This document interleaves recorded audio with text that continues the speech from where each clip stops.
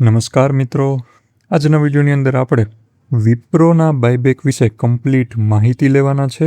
આ વિડીયોને તમે સરખી રીતે જોઈ લેશો એટલે વિપ્રોના બાયબેક રિલેટેડ તમામ તમારા ક્વેશ્ચન છે તેનો આન્સર આ વિડીયોમાં તમને મળી જશે.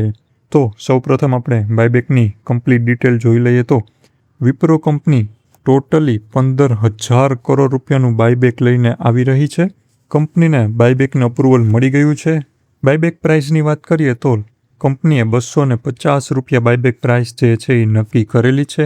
બાયબેક ટેન્ડર ઓફર દ્વારા કન્સિડર કરવાનું છે. જો તમને બાયબેક રિલેટેડ પ્રોપર માહિતી નથી કે બાયબેક શું હોય છે, કઈ રીતે કાર્ય કરતું હોય છે વગેરે જેવી જો તમારે માહિતી લેવી હોય તો અહીં ઉપર એક આઈ બટન પર વિડીયો આવી રહ્યો છે, તેના પર તમે ક્લિક કરીને બાયબેક વિશે સંપૂર્ણ માહિતી લઈ શકો છો. અને ટોટલ શેરની વાત કરીએ તો 60 કરોડ ઇક્વિટી શેર જે છે એ વિપ્રો પોતાના બાયબેક કરી રહી છે. રેકોર્ડ ડેટની વાત કરીએ તો કંપનીએ 5 જૂન 2026 રેકોર્ડ ડેટ રાખેલી છે. એનો મતલબ એવો થયો કે જો તમારે બાયબેકમાં પાર્ટિસિપેટ કરવું હોય, જો તમારે બાયબેકમાં એલિજિબલ થવું હોય તો તમે 4 જૂન સુધી આ કંપનીના શેર છે તેને તમે પરચેસ કરી શકો છો અને બાયબેકમાં પાર્ટિસિપેટ કરી શકો છો. રિઝર્વેશનની વાત કરીએ તો રિટેલ કેટેગરી માટે 15% રિઝર્વેશન રાખેલું છે અને બાકીનું જે છે એ જનરલ કેટેગરીની અંદર કન્સિડર થશે. રિટેલ કેટેગરીના લિમિટની વાત કરીએ તો અપ ટુ 2 લાખ રૂપિયા સુધીના તમે શેર જે છે તેને હોલ્ડ કરી શકો છો રેકોર્ડ ડેટ સુધી. ત્યારબાદ આપણે વિપ્રોના પાસ્ટ બાયબેક ડેટાની વાત કરીએ તો પાસ્ટમાં પણ આ કંપનીએ ઘણા સમયથી બાયબેક આ કંપની કરતી આવી છે. છેલ્લા 3 વર્ષના આપણે ડેટાની વાત કરીએ તો વર્ષ 2023ની અંદર કંપનીએ 12,000 કરોડ રૂપિયાનું બાયબેક લઈને આવી હતી. બાયબેકની પ્રાઇસ 445 રૂપિયા હતી. અને એક્સેપ્ટન્સ રેશિયોની વાત કરીએ તો અહીં ધ્યાન રાખજો મિત્રો કે આપણે એક્સેપ્ટન્સ રેશિયો જે છે એ રિટેલ કેટેગરીને કન્સિડર કરીએ છીએ. સો રિટેલ કેટેગરીની અંદર જે AR રેશિયો આવ્યો હતો તે 77%નો હતો. એનો મતલબ શું થયો મિત્રો કે જો તમે 100 શેર ટેન્ડર કરેલા છે તો કંપની તમારા લગભગ 77 જેટલા શેર જે છે તેને એક્સેપ્ટ કરી લેશે. તેવી જ રીતે 2020ની અંદર પણ વિપ્રોએ બાયબેક અનાઉન્સ કરેલું હતું. બાયબેક સાઇઝ હતી 9,500 કરોડ રૂપિયાની. પરંતુ અહીં જોવાની વાત એ છે કે ત્યારે રિટેલ કેટેગરીની અંદર માત્ર 33% જ એક્સેપ્ટન્સ રેશિયો જે છે એ નીકળીને આવ્યો હતો. કારણ શું હતું?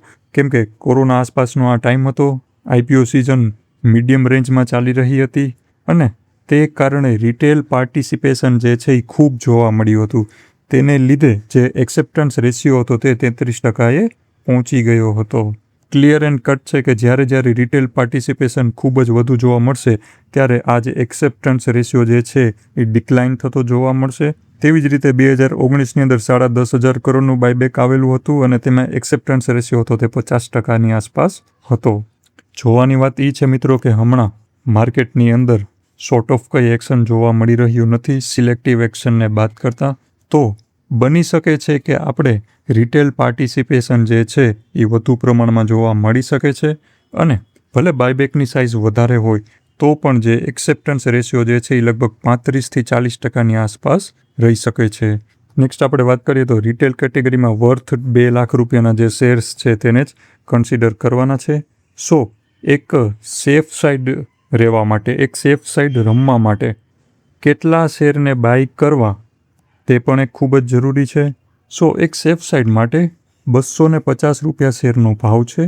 2 લાખ રૂપિયાનું ટોટલ રિટેલ પાર્ટિસિપેશન રહેવાનું છે અપ ટુ 2 લાખ રૂપિયાનું. જો 2 લાખથી વધી જશે તો તમે જનરલ કેટેગરીની અંદર ઓટોમેટિકલી શિફ્ટ થઈ જશો. સો 2 લાખ ભાગ્યા 250 કરશું એટલે 800 ઇક્વિટી શેર્સ આવશે. માટે જો તમે વિપ્રોમાં બાયબેક કરવાનું પ્લાનિંગ કરી રહ્યા હોય તો અપ ટુ 800 શેર સુધીની જે છે એ સેફ સાઇડ ગણવામાં આવશે. ઘણી બધી રીતે પણ જોવાતું હોય છે કે જે લાસ્ટ જે રેકોર્ડ ડેટ હોય છે ત્યારે જે ક્લોઝિંગ પ્રાઇસ હોય છે તેના આધારે જ જે શેરની સંખ્યા હોય છે તે નક્કી થતી હોય છે. પરંતુ આ જે 800 ઇક્વિટી શેર છે તે ફૂલ્લી સેફ સાઇડ જે છે એ ગણવામાં આવશે. એટલે કે તમે 800 શેર હોલ્ડ કરેલા હશે તો તમે ફૂલ્લી સેફ છો under the retail category. Next આપણે પ્રોફિટની વાત કરી લઈએ તો એસ્ટિમેટેડ આપણે પ્રોફિટ કેટલો જોવા મળી શકે છે એમ તો અહીં મેં એક એક્ઝામ્પલ લીધેલું છે. બાઇંગ પ્રાઇસ જે છે એ 250 રૂપિયા કન્સિડર કરેલી છે સેલિંગ પ્રાઇસ જે છે એ 250 રૂપિયા આપણે ખબર જ છે, ડિફરન્સ આવે છે 45 રૂપિયાનો. નંબર ઓફ ઇક્વિટી શેર મેં 800 જ લીધેલા છે સેફ સાઇડ માટે. સો હવે આપણે કેલ્ક્યુલેશન જોઈએ તો માની લો કે હમણાં બજારમાં કોઈ IPO આવી રહ્યા નથી અને ઓવરઓલ માર્કેટ જે છે એ મંદું ચાલી રહ્યું છે. તો આવા કેસની અંદર જો બધા જ રિટેલ પાર્ટિસિપેટ કરે અને એક્સેપ્ટન્સ રેશિયો ડિક્લાઇન થાય અને આપણે 30% એક્સેપ્ટન્સ રેશિયો જે છે એને કન્સિડર કરીને હાલીએ તો આપણા 800 શેરમાંથી એક્સેપ્ટ કેટલા થશે? 240. અને તેના પર આપણે એસ્ટિમેટેડ પ્રોફિટ જે છે એ કેટલો જોવા મળશે તો કે 10,800 રૂપિયાનો. તેવી જ રીતે માની લો કે જો એક્સેપ્ટન્સ રેશિયો જે છે એ 40% નીકળીને આવે છે તો 14,400 રૂપિયાની આસપાસનું પ્રોફિટ થઈ શકે છે. અને જો 50% એક્સેપ્ટન્સ રેશિયો નીકળીને આવે તો 18,000 રૂપિયા સુધીનો પ્રોફિટ થઈ શકે છે. પરંતુ આ તો આપણે એક પ્રાઇસ લીધી છે 205 રૂપિયાની. માની લો કે તમારી બાઇંગ પ્રાઇસ 2-5 રૂપિયા ઉપર નીચે થાય તો અહીં થોડું ઘણું કરેક્શન થતું જોવા મળી શકે છે. હવે એક્સેપ્ટન્સ રેશિયો તો ગણી લીધો, પરંતુ બ્રેક ઇવન શું હોવું જોઈએ તે પણ કેલ્ક્યુલેટ કરવું જોશે ને. કારણ કે આપણા જે રિમેઇનિંગ શેર છે, જે વધેલા શેર્સ છે, 800માંથી 240 જ સ્વીકાર કરેલા છે, તો બાકીના જે રિમેઇનિંગ શેર્સ છે 560 જે રિમેઇનિંગ શેર્સ છે તેનું બ્રેક ઇવન શું નીકળીને આવે છે તેની પણ આપણે વાત કરીએ. તો અહીં મિત્રો બ્રેક ઇવનનું કેલ્ક્યુલેશન કરેલું છે. તો સૌપ્રથમ 30% એક્સેપ્ટન્સ રેશિયોને આપણે કન્સિડર કરીને ચાલીએ કે મિનિમમ 30%ની આસપાસ એક્સેપ્ટન્સ રેશિયો જે છે એ નીકળીને આવે છે. તો આ કેસની અંદર શું થશે? 240 શેર જ તમારા એક્સેપ્ટ થયા. તો બાકીના વધેલા જે 560 ઇક્વિટી શેર્સ છે તેનું બ્રેક ઇવન નીકળીને આવે છે 187 રૂપિયા. માટે બાયબેક પૂર્ણ થયા બાદ બની શકે કે શેરના પ્રાઇસ વધે પણ અને ઘટે પણ. ઇન્ફોસિસના કેસમાં તમે જોયેલું જ છે કે જે 1400-1500 રૂપિયાની આસપાસની જે બાયબેક આવેલું હતું ત્યારબાદ અત્યારે એ શેર જે છે એ 1000થી લઈને 1100ની આસપાસ ટ્રેલ કરી રહ્યો છે અને બાયબેકને પણ ઘણો સમય થઈ ગયો છે. સો આફ્ટર બાયબેક લોકો જે છે એ સેલ જ કરી દેતા હોય છે પોતાના શેર, કારણ કે કોઈ ખોટું રિસ્ક લેવા માગતા નથી.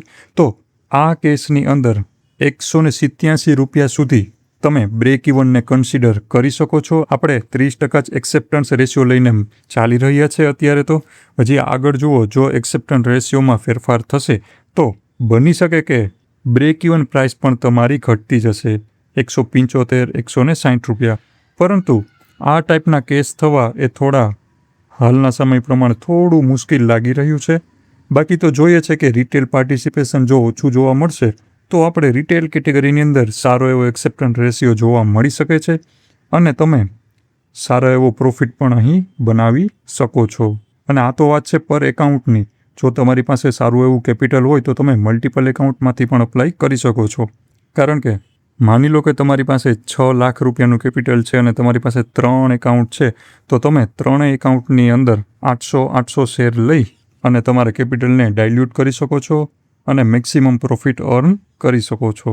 સો મિત્રો, આ હતો આજનો વિડીયો તમને કેવો લાગ્યો મને કોમેન્ટમાં કહેજો. બાયબેક રિલેટેડ તમારી કોઈ પણ જાતની ક્વેરીઝ હોય તો એ પણ મને કોમેન્ટમાં જણાવજો.